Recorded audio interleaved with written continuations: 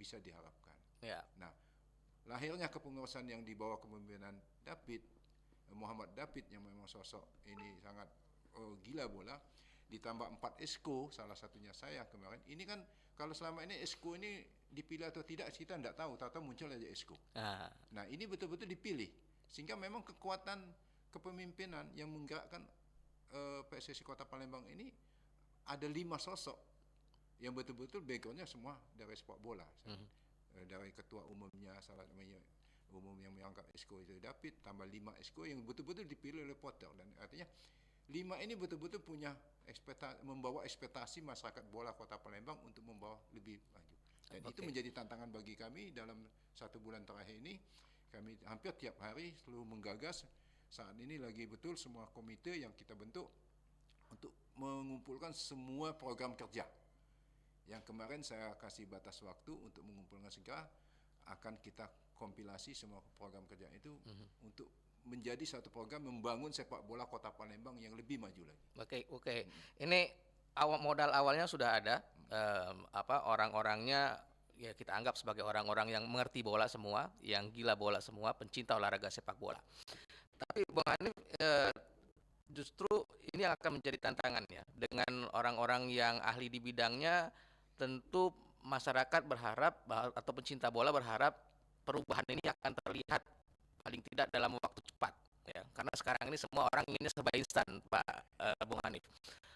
Dengan berbagai macam permasalahan yang ada, ini tentu tidak mudah ya. Bagaimana kita memperbaiki yang 5 tahun kemarin untuk kita perbaiki, dan akan kita lihat progresnya dalam 5 tahun ke depan misalnya. Kalau kita bicara soal permasalahan ini, kita harus mulai dari mana dulu nih, Bung? Pembenahannya ini harus mulai dari mana dulu? Pembenahannya ya memang benar kata Bung tadi. Bicara prestasi itu tidak bisa instan. Tidak bisa instan. Sekalipun yang dilakukan Erick Thohir di itu yang target Piala Dunia tahun 2000, tapi ekspektasi masyarakat lebih cepat. Betul. Pengennya 2026. Padahal kalaupun tidak lolos pun sebenarnya tidak masalah. Ya. Tapi karena memang melihat gerakan itu, ngikutin juga hanya memaksa. Nah, kita pasti akan menghadapi situasi seperti itu juga. Walaupun kita mungkin bicaranya nanti baru kita lihat 5 tahun ke depan. Tapi kalau gerakan setahun kita lebih guyup, pasti masyarakat Palembang akan lebih cepat lagi meminta. Dan itu saya sangat wanti-wanti ke teman-teman di Esko. Ekspektasi yang seperti ini harus kita waspadai dan kita harus jawab. Makanya kami menyusun satu program kerja yang betul-betul kalau selama ini mungkin komite-komite itu berjalan sendirinya, tapi kemarin kita tugasin silakan buat program kerja dengan biaya yang kita kumpulkan, baru kita satukan, baru kita bicarakan nanti dengan Asko. Nah, strateginya memang untuk strategi mencapai ke situ kita harus ada jangka pendek dan jangka panjang. Jangka pendeknya memang kita membangun, jangka panjangnya kita membangun sebuah kompetisi yang berjenjang dan berkesinambungan. Tanpa kompetisi yang berkesinambungan dan teratur, tidak mungkinlah kita bicara tentang suatu prestasi. Nah, dengan adanya kompetisi yang berkesinambungan, mau tak mau talentanya pasti melihat itu, dia harus bersiap secara tidak langsung. Efeknya pasti dia tim-tim yang menjadi peserta menjadi selalu dipaksa untuk melakukan latihan bersambungan. Nah, secara tidak langsung kita udah tanggung jawab kita sebar ke pihak lain. Karena ini mau tidak mau kita melibatkan semua masyarakat, karena satu-satunya olahraga yang dipayungi oleh instruksi presiden hanya sepak bola. Betul. Tidak ada olahraga lain yang betul-betul punya impresnya dari presiden. Nomor 3 tahun 2019 itu. Artinya kita untuk bicara membangun ini nggak usah takut-takut. Semua stakeholder harus kita libatkan. Kalau kita berjalan sendiri, Ascot berjalan sendiri, ya nonsen lah. Seperti kemarin kita mungkin teman-teman di Ascot tuh agak, kami sepak bola nggak perlu melibatkan yang lain, tidak berteriak, dan kita juga tidak berbuat apa-apa, ya nggak mungkin. Harus semua stakeholder yang ada kita harus rangkul, kita berdayakan, kita upayakan. Nah, kendalanya memang di Palembang ini namanya saja pusat olahraga, memiliki fasilitas paling baik, tapi kalau bicara dalam skup Kota Palembang, fasilitasnya nggak ada. Nggak ada, Pak. Nggak ada. Karena apa? Stadion megah itu bukan punya Kota Palembang. Nah, yang ada punya Kota Palembang, kalau bicara tentang sepak bola, sangat miris. Ya. Hanya punya 2 stadion tua, yaitu Kamboja. Sebenarnya dia punya masa lalu yang megah. Ya. Stadion Kamboja itu banyak melahirkan pemain-pemain besar juga. Tapi stadion itu miris kita melihatnya. Tambah lagi Stadion Hatta, yang kalau saat banjir bisa jadi genangan kolam yang besar. Karena drainase sudah tuh lingkupnya. Nah, ini kita miris bagaimana kita mau melatih pesepak bola yang ada. Itu satu. Ada satu SKO di Kota Palembang ini, namanya Sekolah Olahraga Negeri Sriwijaya. Itu memang milik provinsi, tapi orang kenalnya kan milik Kota Palembang. Kita miris. Di sana ada cabur sepak bola yang dibina, tetapi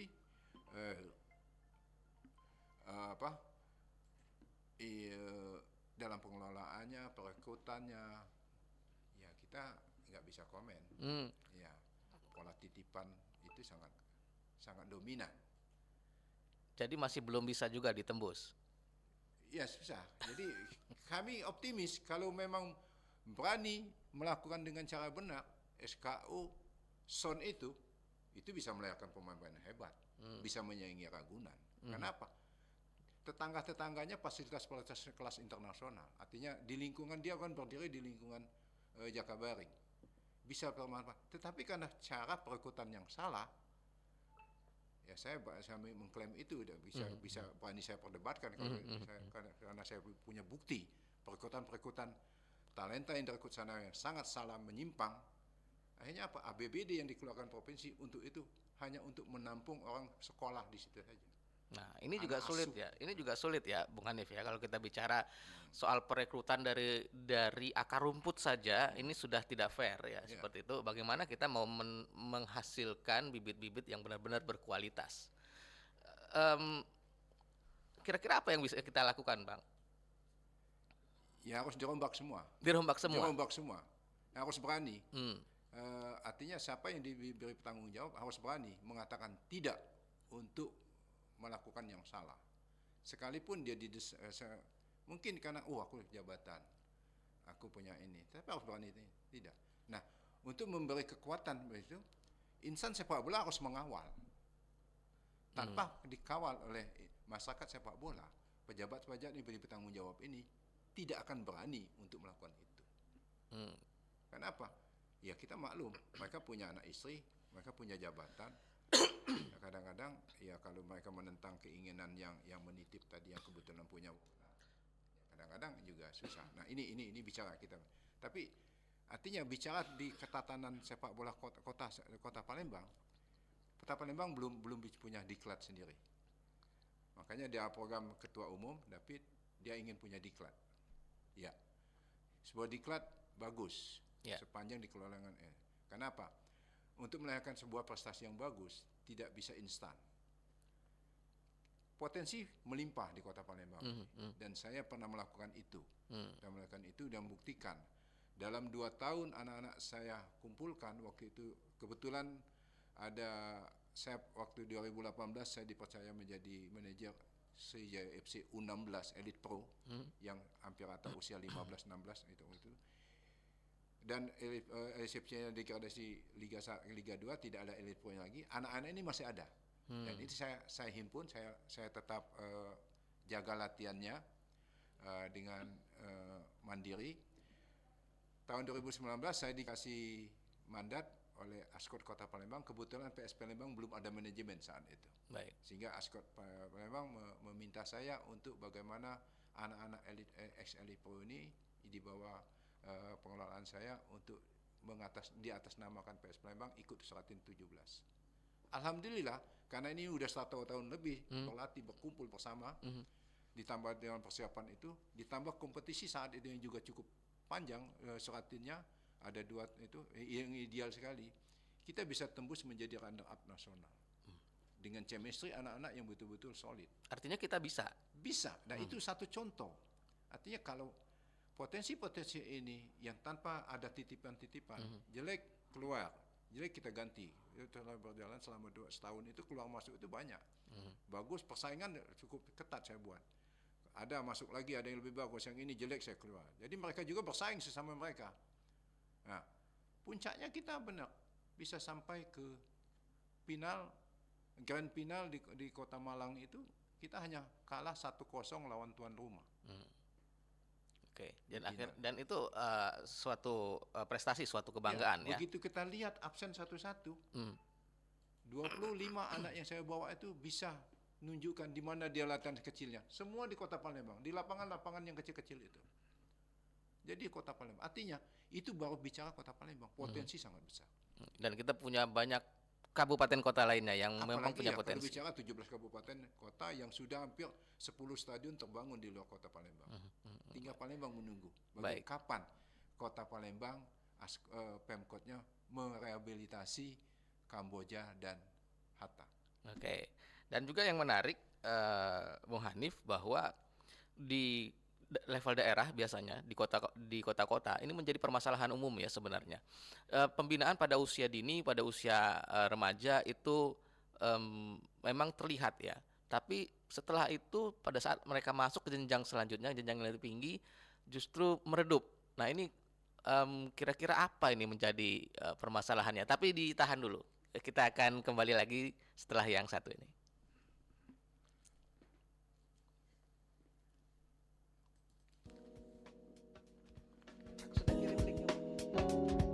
Setiap kita mungkin sering melakukan aktivitas ini, baik di rumah, di sekolah, bersama keluarga, atau teman-teman Anda. Aktivitas itu disebut olahraga. Namun tahukah Anda pengertian dari olahraga itu sendiri? Berikut jawabannya.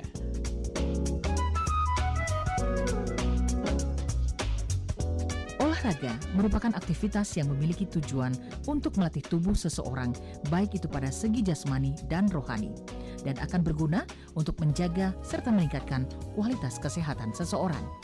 Kata olahraga sendiri diambil dari bahasa Prancis kuno, desport, yang memiliki arti kesenangan. Dan dalam bahasa Inggris tertua yang ditemukan pada sekitar tahun 1300-an, yaitu segala hal yang mengasihkan serta menghibur untuk manusia.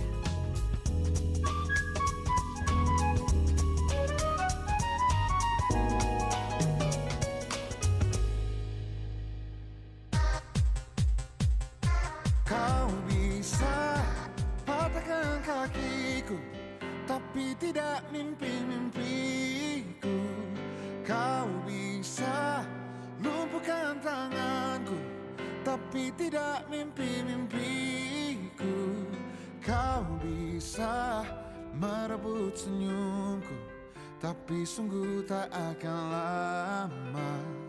Kau bisa merobek hatiku, tapi aku tahu obatnya.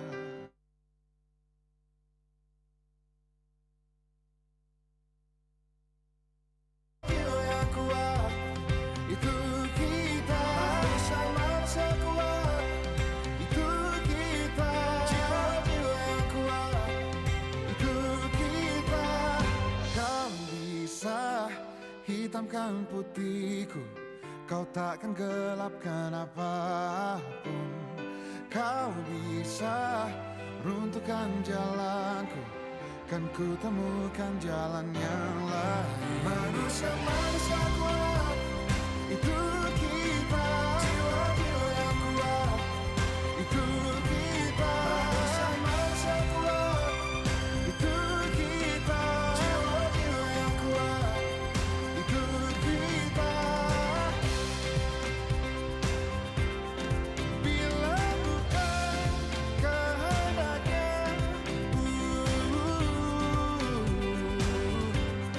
tidak satu pun jelasmu akan bawa bahaya.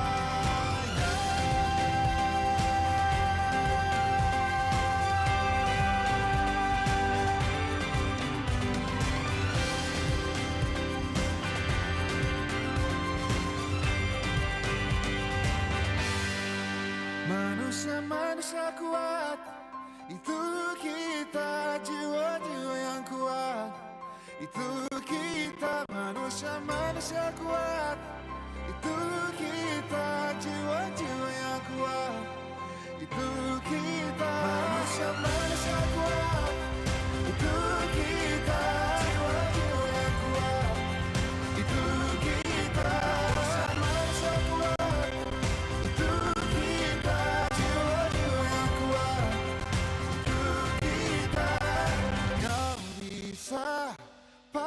jalan kakiku, patah tanganku, rebut senyumku, hitamkan putihnya hatiku, tapi tidak mimpi-mimpiku.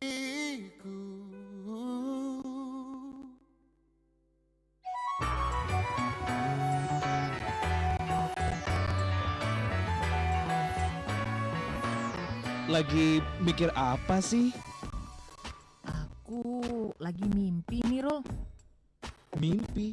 Kok matanya melek gitu, Neng? Maksudku, aku sedang bermimpi jadi orang kaya, jadi pejabat penting yang sukses gitulah. Hello, bangun keles, mimpi kok di siang bolong? Kamu nggak tahu ya, Rul ya? Kesuksesan seseorang itu bermula dari mimpi, terus direalisasikan dalam kerja nyata dan diiringi dengan doa, sehingga tercapailah mimpi itu. Oh, gitu toh. Udah, sana gangguin aja kerjamu. Oke, kalau gitu aku mimpi juga ah. Jangan takut bermimpi, karena sebuah mimpi akan melahirkan motivasi untuk mengejar dan meraihnya.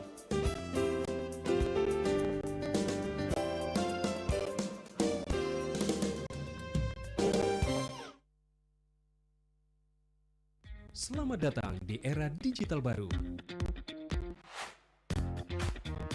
RRI News kini hadir di genggaman Anda dengan aplikasi mobile terbaru. Temukan berita online terkini, cepat, dan terpercaya langsung dari perangkat Anda dengan fitur pembaruan berita real time dari aplikasi mobile RRI News. Anda tak akan pernah ketinggalan informasi. Nikmati kemudahan akses berita nasional dan internasional, berita terpopuler, dan video berita terbaru kapan saja dan di mana saja. Dilengkapi dengan teknologi terkini, aplikasi mobile RRI News memberikan pengalaman membaca yang lebih baik. Dapatkan notifikasi berita penting langsung di layar ponsel Anda. Jelajahi kategori berita yang Anda minati, mulai dari politik, ekonomi, budaya, hingga olahraga. Anda juga bisa berbagi berita penting kepada teman dan keluarga melalui media sosial dan aplikasi pesan, menjaga Anda tetap terhubung dengan dunia di sekitar Anda. Memiliki jaringan lebih dari 80 microsite tersebar dari Sabang sampai Merauke, serta memiliki tren pembaca yang semakin meningkat. RRI News menghadirkan liputan berita terlengkap dan terkini dari seluruh Indonesia. Unduh sekarang di Google Play dan App Store aplikasi mobile RRI News, membawa dunia ke dalam genggaman Anda. Aplikasi mobile RRI News, berita terkini dan terpercaya dalam genggaman Anda.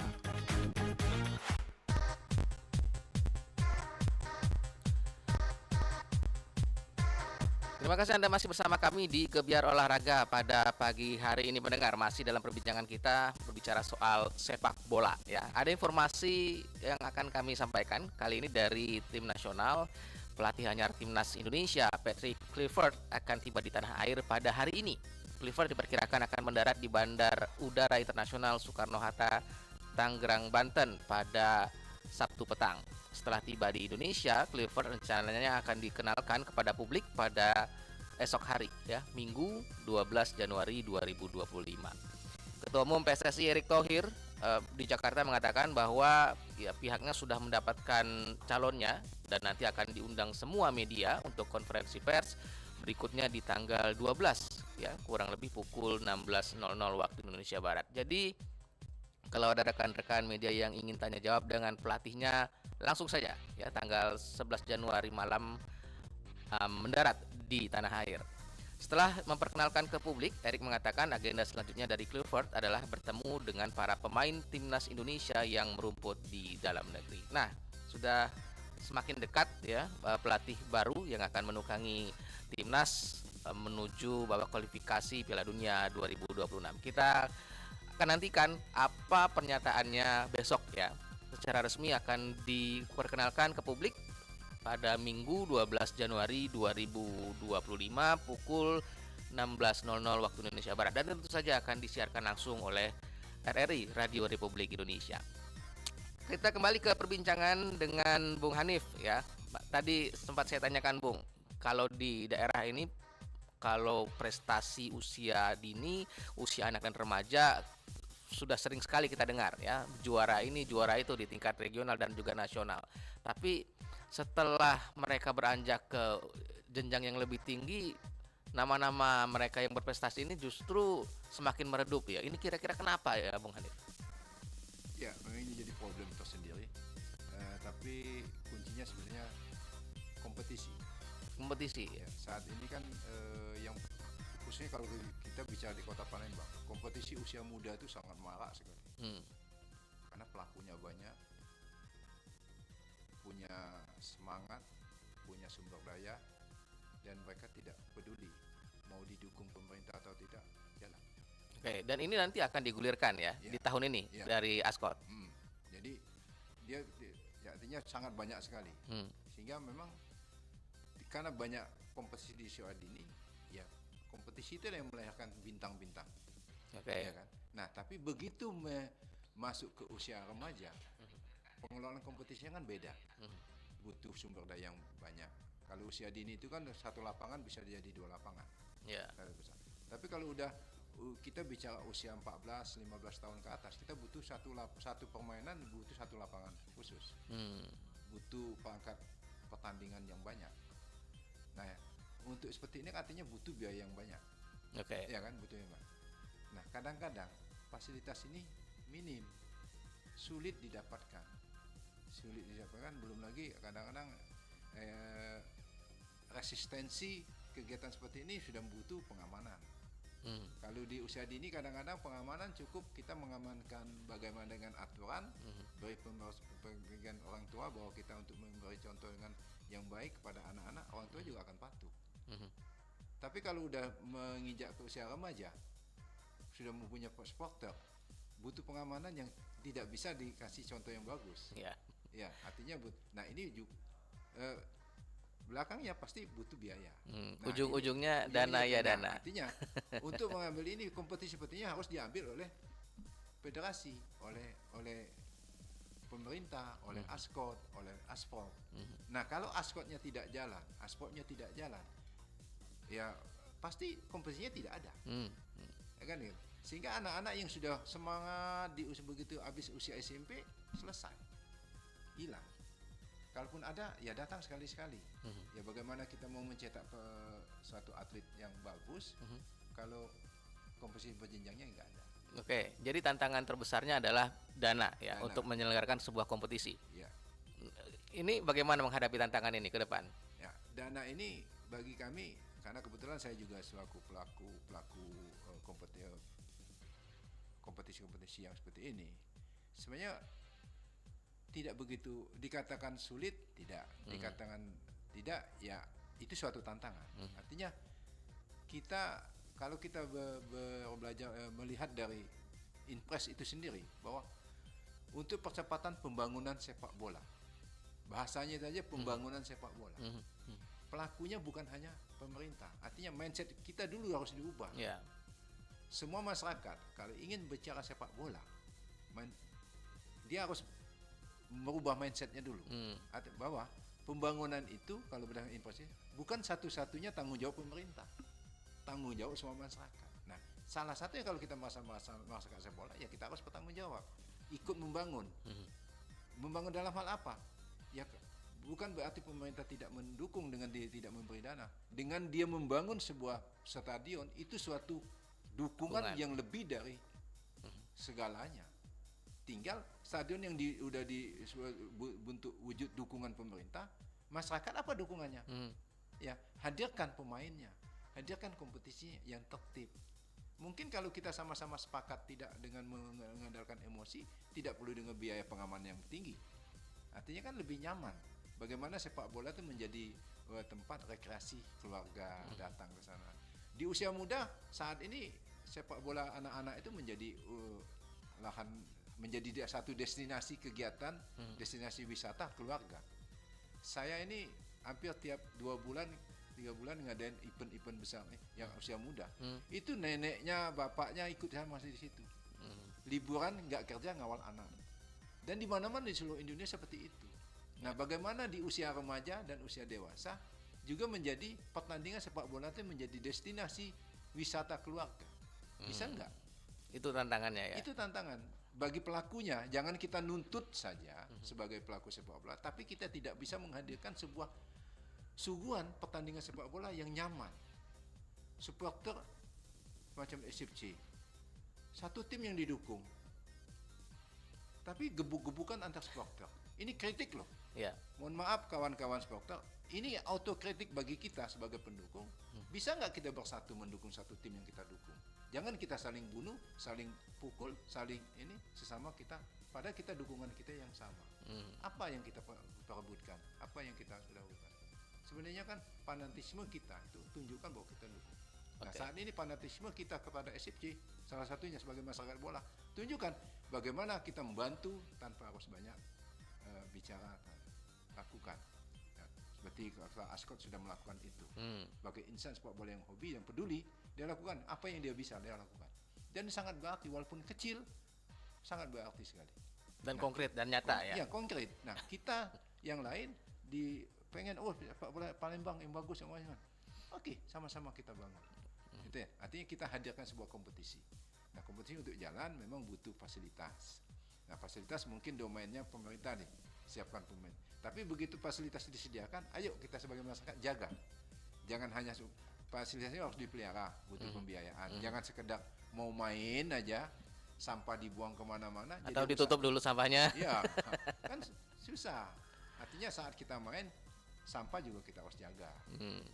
Artinya keberlanjutan stadion yang baik itu bukan tanggung jawab pemerintah saja, kita sebagai insan bola. Kita bisa melihat di YouTube, bisa melihat di TV, pendukung Jepang seperti itu. Mestinya kita jangan sekedar tapi apa yang kita lihat kita wujudkan juga saat kita nonton bola. Sampah jangan dibuang sembarangan. Ya. Ya, alhamdulillah di timnas kemarin udah beberapa kali udah kelihatan beberapa penonton Indonesia juga melakukan itu. Tapi masih mayoritas yang lain juga buangnya. Percuma yang ini menguti, yang lain Membuang. buangnya sembarangan. Kan Baik. ini contoh kecil ya. Ya. Kalau kita artinya kuncinya kompetisi. Kompetisi untuk jalan, bagaimana kompetisi bisa jalan, bisa nyaman. Tadi. Tapi kompetisi yang benar-benar kompetisi remaja dan juga dewasa yang tadi disampaikan Bung Hanif itu mahal ya Bung? Tidak. Sebenarnya tidak mahal. Iya. Mungkin bisa dikasih bocoran berapa kisaran dana yang dibutuhkan untuk membuat satu kompetisi? Ya relatif ya.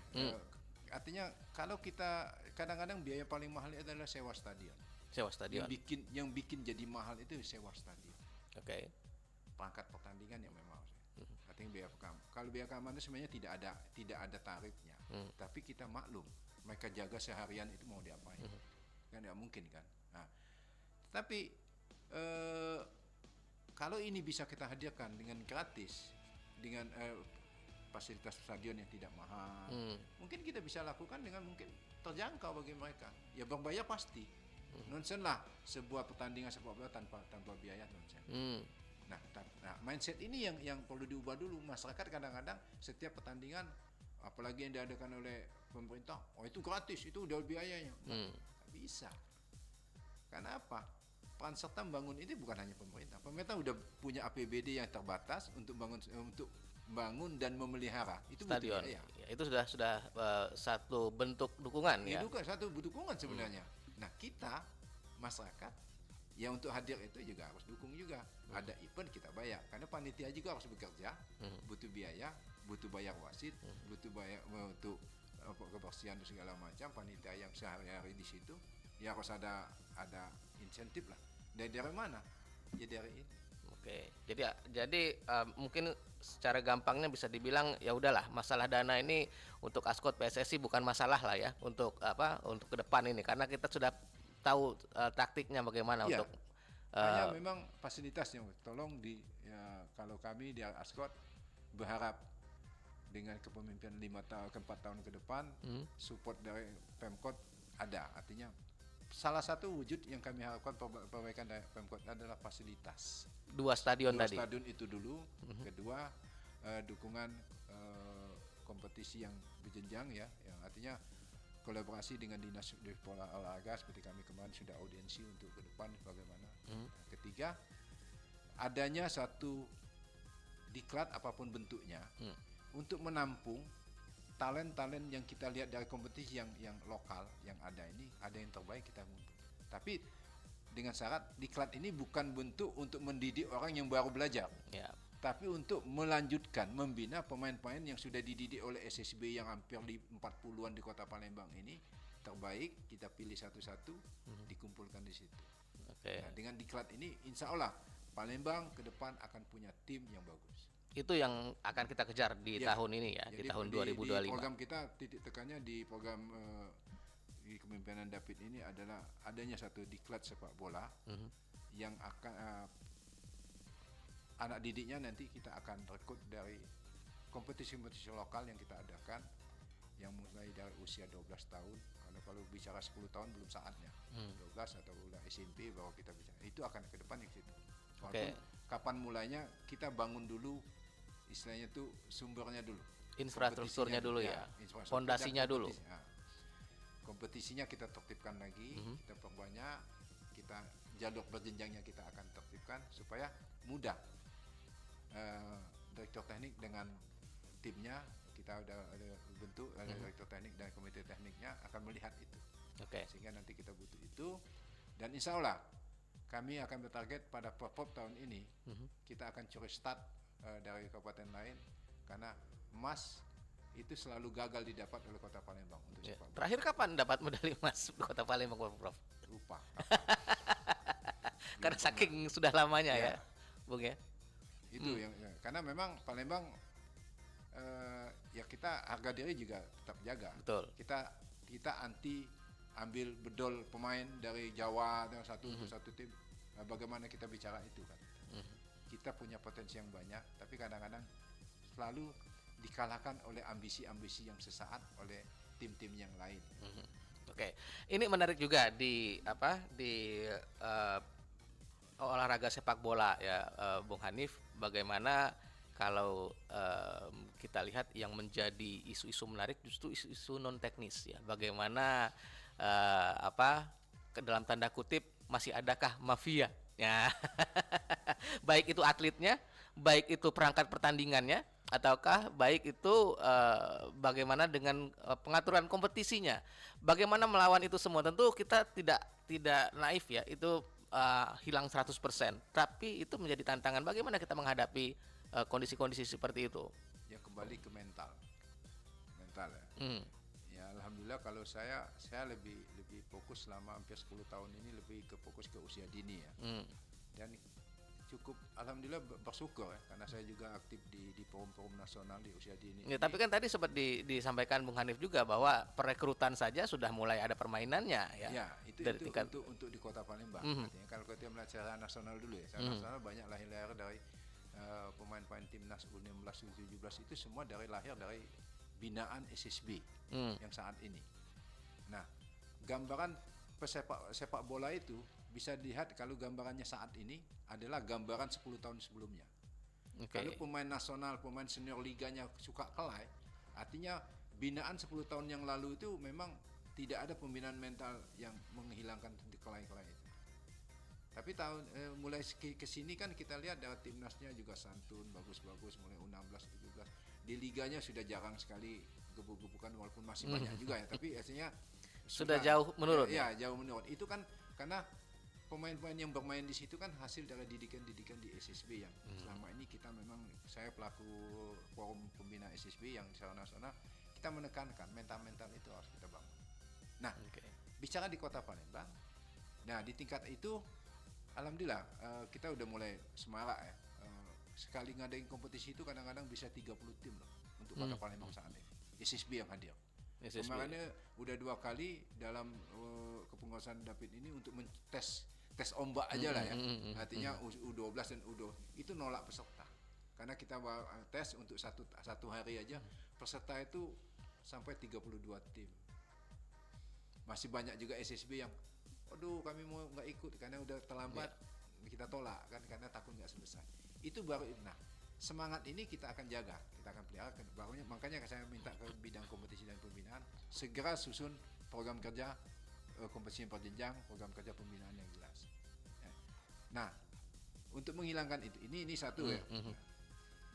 Karena titipan-titipan tadi, nah nggak bisa dihilangkan. Makanya dengan David, di Kepulauan David ini dia ingin bangun diklat. Saya bilang oke, kita bangun, tapi siapkan dulu pengelolanya, siap nggak menolak titipan.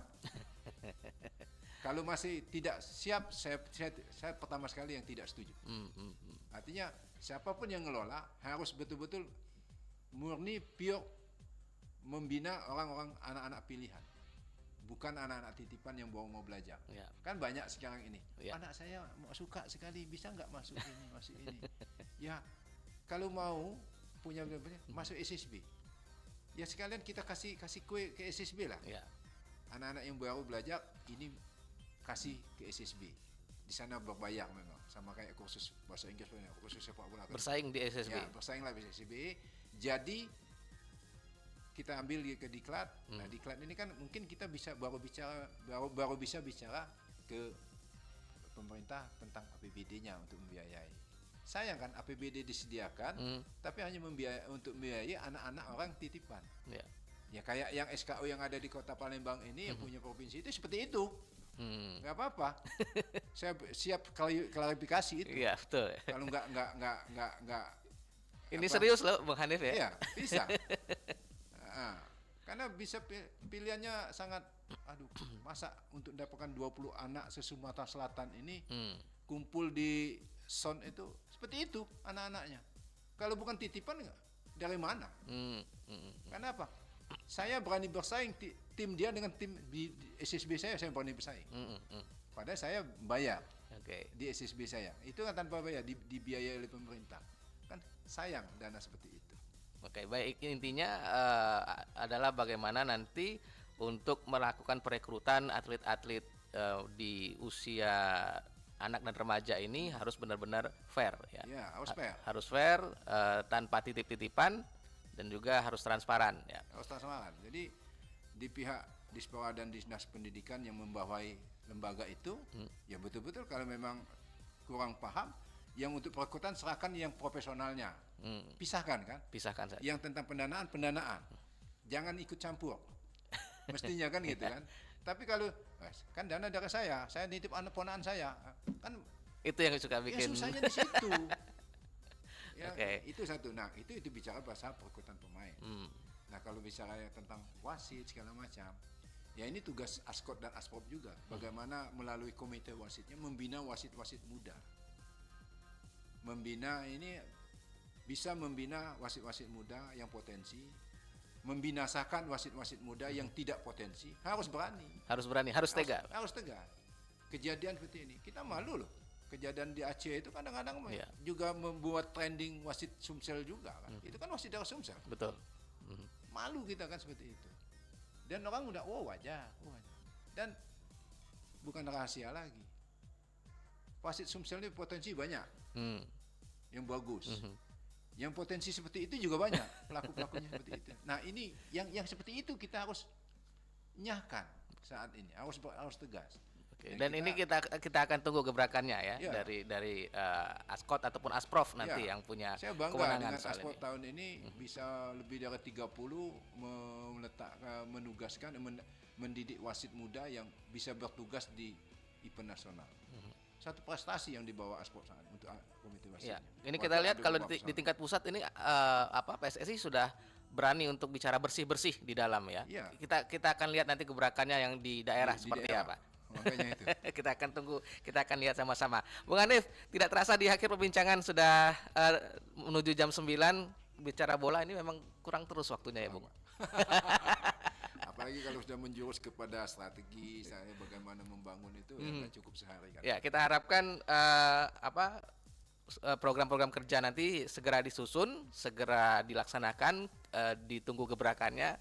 Kita para pencinta olahraga sepak bola akan kawal bersama ya, bagaimana ini bisa kita harapkan muncul lagi atlet-atlet sepak bola dari Kota Palembang untuk berbicara di tingkat regional, nasional dan juga internasional. Terima kasih Bung Hanif sekali lagi sudah bisa bergabung di RRI pada pagi hari ini. Dan mendengar demikian perbincangan kami bersama Esko PSSI Kota Palembang Hanif Johan.